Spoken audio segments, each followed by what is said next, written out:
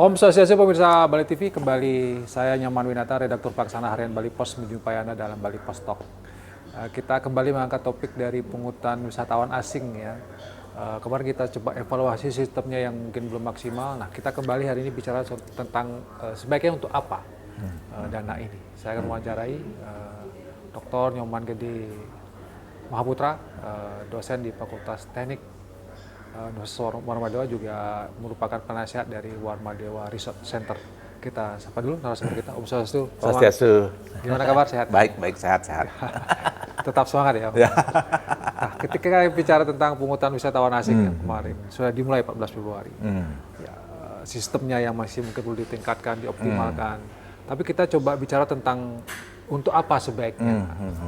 Nah, sebagai seorang akademisi yang juga punya perhatian terhadap perkembangan pariwisata Bali, alam Bali, gimana Pak Mang melihat ini?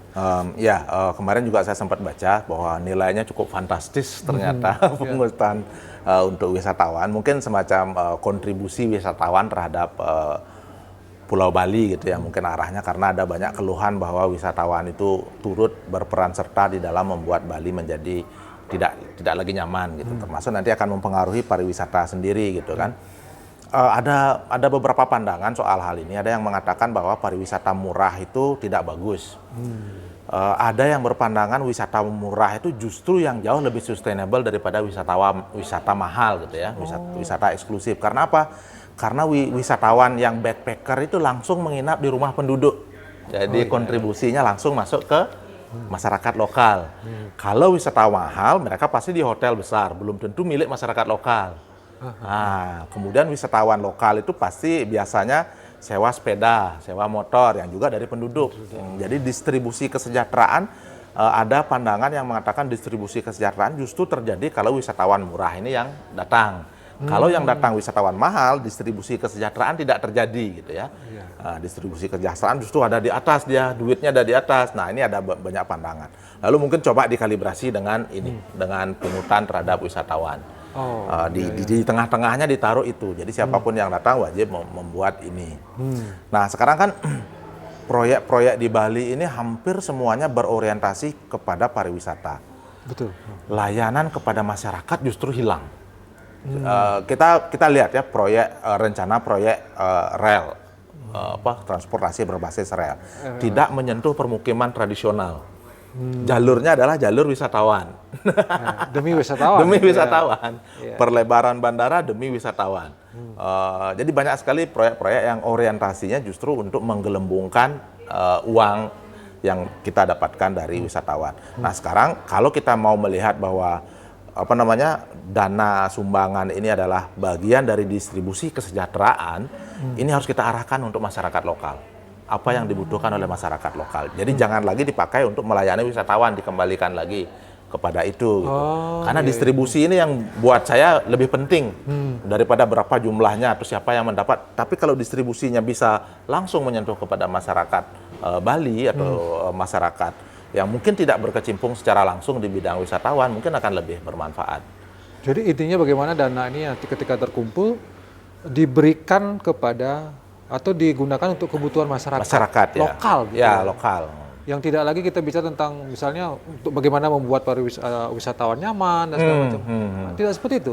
Buat saya yang lebih penting adalah distribusi kesejahteraan ini, karena ini yang tidak terjadi. Distribusi kesejahteraan yang berasal dari wisatawan tidak terjadi. Karena banyak investor yang datang dari luar, mereka mungkin tidak pernah tahu Bali, tapi mereka punya investasi di Bali. Jadi uangnya lari ke kelompok-kelompok yang seperti itu. Nah, kemana uangnya lari ini? Nah, sekarang ada dana ini. Nah, ini yang buat saya bisa kita balikkan kepada masyarakat yang lokal gitu. Kalau kita bisa bentuknya apa? Realnya digunakan untuk apa gitu misalnya? Bentuknya. Nah, sekarang yang dihadapi oleh masyarakat bagian infrastruktur, mungkin hari ini banjir di mana-mana. Jadi tadi pagi saya buka Instagram, banjir di mana-mana. Itu terjadi juga karena akibat dari distribusi kesejahteraan yang tidak merata. Mengumpul di satu tempat, orang semua datang ke situ. Nah, jadi pemerataan di tempat lain mungkin tidak terjadi. Mungkin perlu kita pikirkan tata ruang yang pertama tentu. Ini sudah pasti ya tata ruang. Kesejahteraan selalu terkait dengan tata ruang.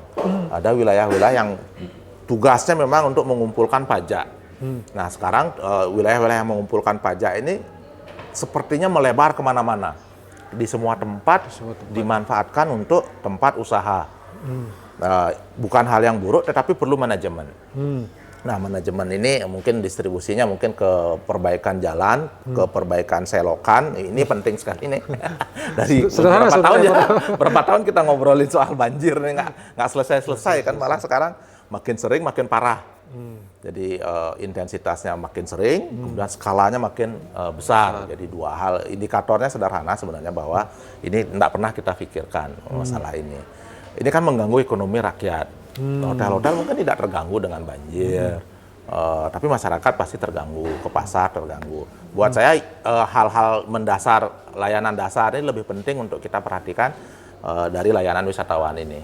Jadi terjadi distribusi kesejahteraan kepada orang-orang yang tidak berkecimpung secara langsung di bidang pariwisata. Ada yang mengatakan bahwa ini pernyataan resmi juga dari pemerintah untuk sampah gitu, penanganan sampah. Oke lah kalau untuk sampah. Bentuknya gimana sebenarnya? Kalau kita kan sampah tapi solusinya nggak, bentuknya apa kan gitu ya? Belum ada ya. Gimana? Bentuk sampah ini saya khawatir kalau diarahkan kepada hal-hal besar lagi, ke bigness lagi, tiba-tiba misalnya terkumpul uang katakanlah 100 miliar akan dipakai untuk mengelola sampah, akan ada investasi luar lagi yang memanfaatkan ini. Ada orang lain lagi yang akan menggarap, dianggap ada proyek sampah di Bali. Kembali tidak terjadi distribusi kepada maksudnya masyarakat ini. Untuk pengelolaan sampah, tapi yang mengelola ini diserahkan kepada investor, jadi uangnya ke investor. Sana lagi larinya persis. Nah itu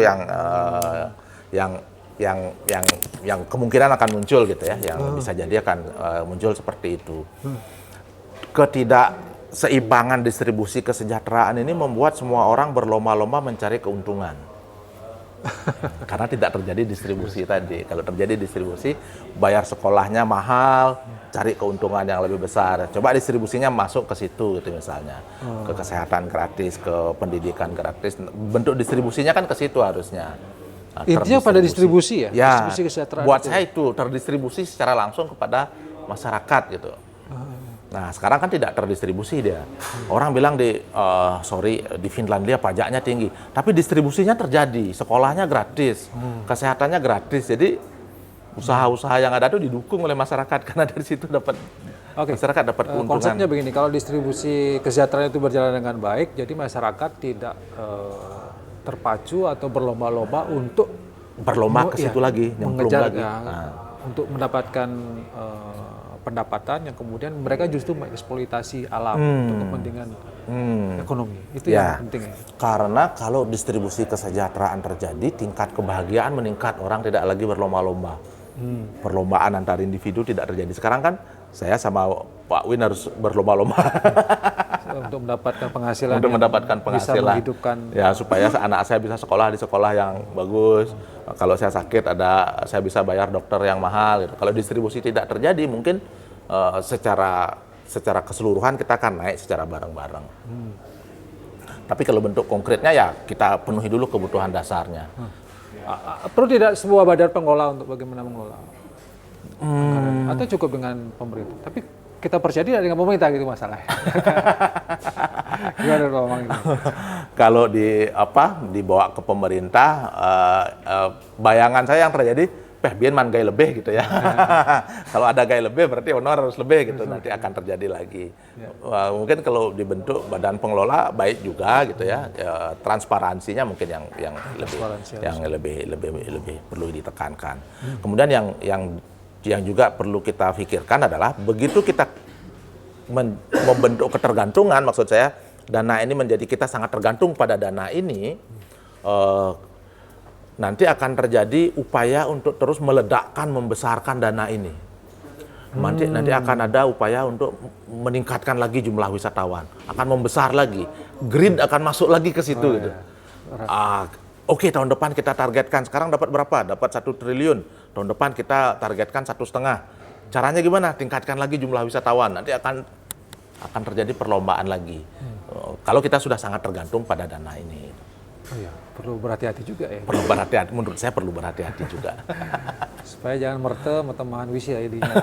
Kemudian sudah dapat uangnya banyak, jadi rebutan, kadang-kadang tidak tepat guna, bahkan kadang-kadang bisa juga dikorupsi. Gitu. Bisa jadi korupsi. Jadi harus berhati-hati. Tapi harus dijaga supaya juga tidak kemudian orang berpikir bagaimana meningkatkan. Tapi kalau secara prinsip, Pak Wang melihat dari pungutan wisatawan ini, apa yang perlu diperbaiki lah kira-kira untuk jadi ini betul-betul bisa bermanfaat bagi masyarakat. Ya, pemikiran dasarnya tadi ya, saya balik ke yang tadi ke soal distribusi. Jadi pemikiran dasarnya saya pikir bahwa ini harus kita pakai untuk itu dulu. Payung besarnya bahwa kita akan menggunakan bahwa banyak masyarakat Bali yang tidak hidup secara langsung dari pariwisata, tetapi mendapat dampak dari kehadiran wisatawan. Ini yang harus kita Jadi distribusikan. mereka terdampak ini harus kita distribusikan kepada masyarakat itu. Kalau tidak begitu, maka semua orang akan lari ke pariwisata. Untuk mendapatkan kue itu. Jadi kue ini harus kita bagi ke mereka-mereka yang berperan terhadap Bali tetapi tidak secara langsung di situ mendapat keuntungan dari situ. Ada guru-guru, ada tenaga kesehatan, ada banyak orang yang tidak berkecimpung secara langsung tapi kesejahteraannya tidak didapatkan dari situ. Nah, distribusi ini yang harus kita pikirkan. Nah, setelah pemikiran dasarnya, baru kita pikirkan hal-hal yang lebih detail lagi.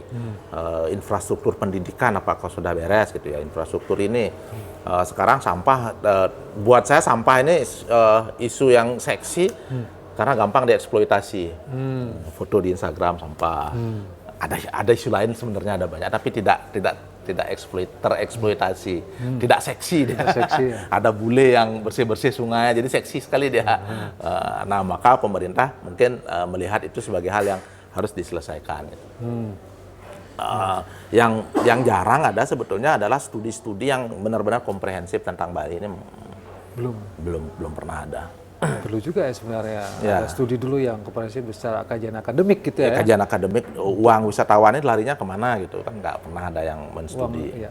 Lari kemana? Maksudnya uang yang dibelanjakan oleh. Larinya kemana? Larinya kemana? Apakah itu memang sudah terdistribusikan dengan baik ke masyarakat? Jangan-jangan kita patut curigai ini tidak terjadi distribusi. Nah, itu yang kemudian membuat tidak hanya masyarakat tapi juga masing-masing daerah ini berlomba-lomba karena tidak terdistribusi. Dan itu yang kemudian merusak. Ya, itu alam. yang. Tapi kalau ada yang mengatakan kan ini memang di klausul ini mengatakan untuk pelindungan alam dan budaya Bali. Nah, ini sebenarnya bahasa yang abstrak atau apa? Abstrak ya, susah ya. Susah. Jadi sangat debatable gitu kan. Nanti untuk perbaikan pura lagi larinya, nggak salah. Kadang-kadang kan pura yang sudah benar kita benerin lagi gitu kan. Perbaikan Balai Banjar Balai Banjar lagi karena ini adalah adat dan budaya bingkainya gitu kan. Perbaikan alam, sampah gitu tadi misalnya ya. Jadi yang akhirnya larinya ke orang yang tidak menyentuh langsung kepada masyarakat. Nah, buat saya payung besarnya harus itu, niat besarnya adalah untuk mendistribusikan kue pariwisata ini secara berkeadilan. Itu kunci. Baik, terima kasih Pak Mang atas waktunya dan memberikan kita perspektif baru ya sebenarnya. Kalau dari beberapa narasumber yang kita wawancarai memang ada perspektif baru yang diberikan bagaimana ini dana ini didistribusikan untuk kesejahteraan ya sebenarnya masyarakat Bali yang mungkin selama ini tidak bersentuhan dengan pariwisata, tidak menikmati langsung dari pariwisata, sehingga ini juga bisa mencegah agar tidak semua kemudian berlomba-lomba agar bagaimana mendapatkan kue pariwisata yang kemudian dampaknya bisa merusak Bali. Mudah-mudahan ini bisa didengar oleh pemerintah dan stakeholder terkait. Demikian Bali Post Talk kali ini, saya ucapkan terima kasih. Saya tutup dengan penguas Santi. Om Santi. Terima kasih, sampai jumpa.